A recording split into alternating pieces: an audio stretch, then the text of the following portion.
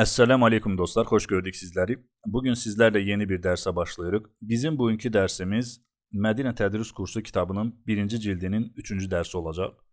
Ve burada da gördüğünüz gibi bir başlık var. 3. ders. Bizim bugünkü dersimiz El-Ma'rifetu ve Nekiratu, yani müəlliyin ifadəsi haqqında olacaq. Beləliklə dersimizə başlayırıq. Ərəb dilində isimlər müəyyənlikdə və qeyri-müəyyənlikdə ola bilər. Bəzi isimlər öz leksik mənalarına görə artıq müəyyənlikdə hesab edilirlər. Bu cür isimlərə adlar, işarə, şəxs və nisbə vəzlikləri və s.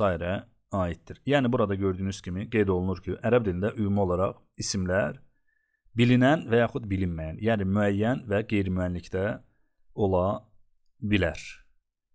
Və burada bir neçə belə deyək isim kateqoriyasını qeyd edib. İlk öncə adlar, yəni bildiyimiz insan adları, misal olaraq ölkə adları, şəhər adları, qəbilə adları, kənd adları. Məsələn, bu kimi adlar artıq özlüyündə belə deyə bilinən adlardır. Yəni onların başqa bir şeyə ehtiyacı yoxdur.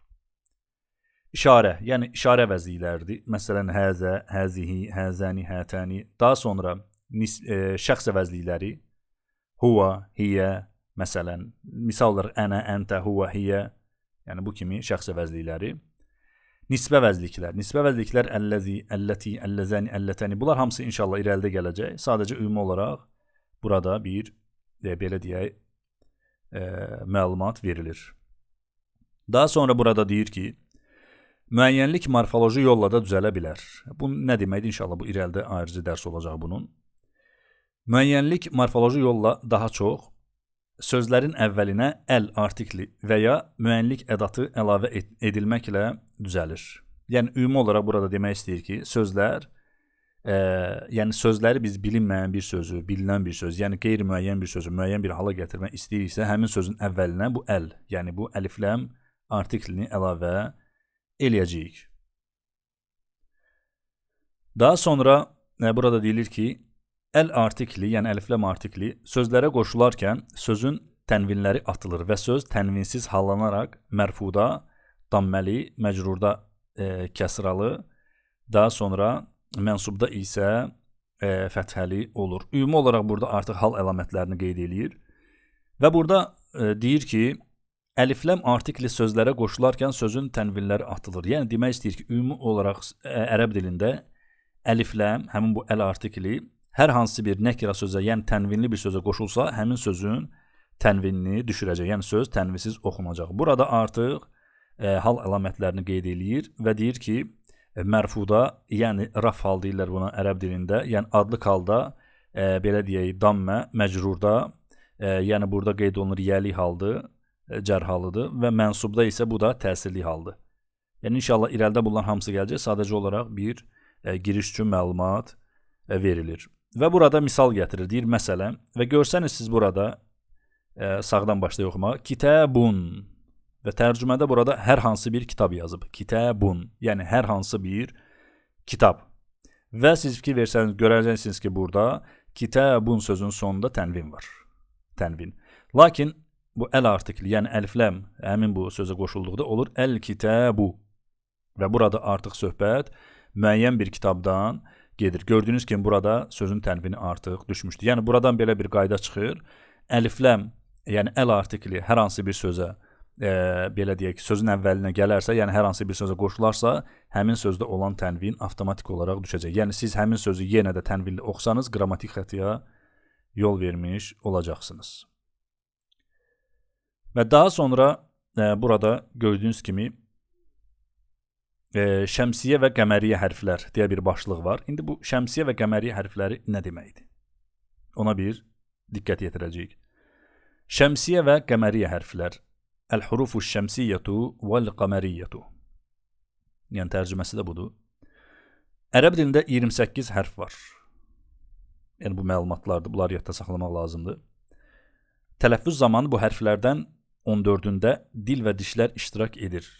Belə hərflərə əl-hurufu şəmsiyyətu, yəni şəmsiyə hərfləri deyilir. Şəmsiyə hərflər aşağıdakılardır. Yəni biz irəlidə indi az sonra nə üçün ümumiyyətlə şəmsiyə hərfləri deyilir, nə üçün qəməriyyə hərfləri deyilir, inşallah ona da toxunacağıq.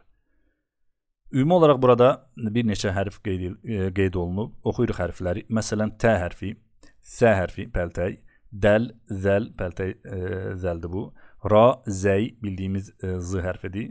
Sin, şin, daha sonra sad, dad, ta, za, nun, ləm. Bu hərflərə ümumi olaraq şəmsiyə hərfləri deyirlər. Nə üçün bəs bunlara şəmsiyə hərfləri deyirlər?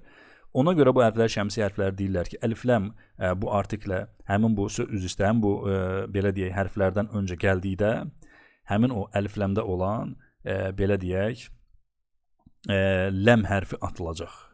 Yəni oxunmayacaq. İndi misal olaraq burada şəmsiyə hərflə başlanan sözə əl artikli qoşulduqda artiklin l, fikir verirsiniz, artiklin l hərfi yazıda saxlanılmasına baxmayaraq tələffüz edilmir və nəticədə l hərfinin sükunu atılır və şəmsiyə hərfə təşdid, yəni şəddə burada gördüyünüz kimi qoyulur.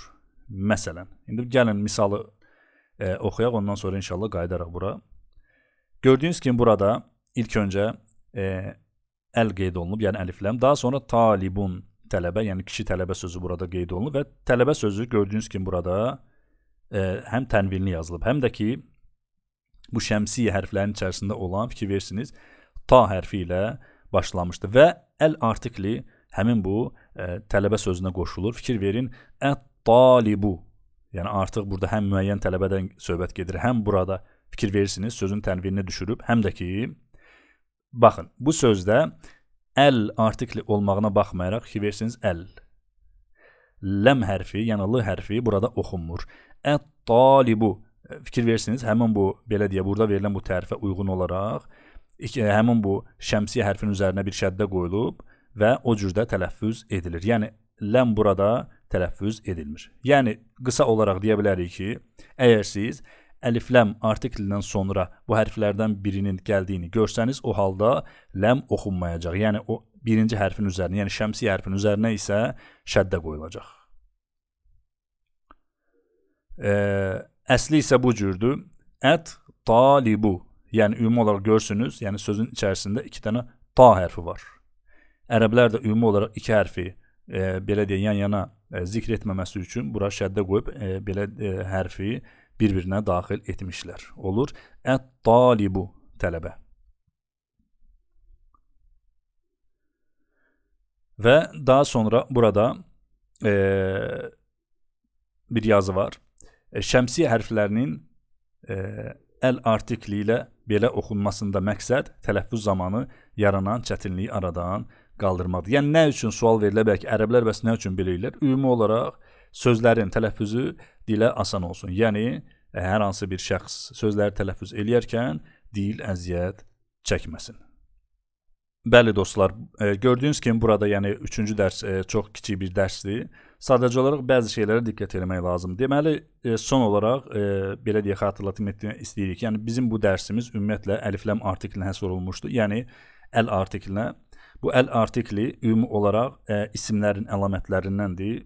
Yəni siz hər hansı bir sözdə bu əl artiklinə rast gəlsəniz, biləcəksiniz ki, həmin söz mütləq olaraq isimdir. İnşallah bunun irəlidə belə deyək, özünə xas dərslər var. Həmin bu isim, feil nədir, isim nədir, hərf nədir? Ümumi olaraq bunlar irəlidə açıqlanacaq. Lakin başlıq olaraq məlumat vermək istəyirik. İnşallah ki, dərslərimiz davam edəcək. Əgər hər hansı bir şeyi başa düşməsəniz, YouTube kanalında şərh bölümündə yazıb suallarınızı bizə ünvanlaya bilərsiniz. İnşallah gələn dərslərdə görüşənədək. Esselamu aleykum və rəhmətullahi və bərəkatuhu.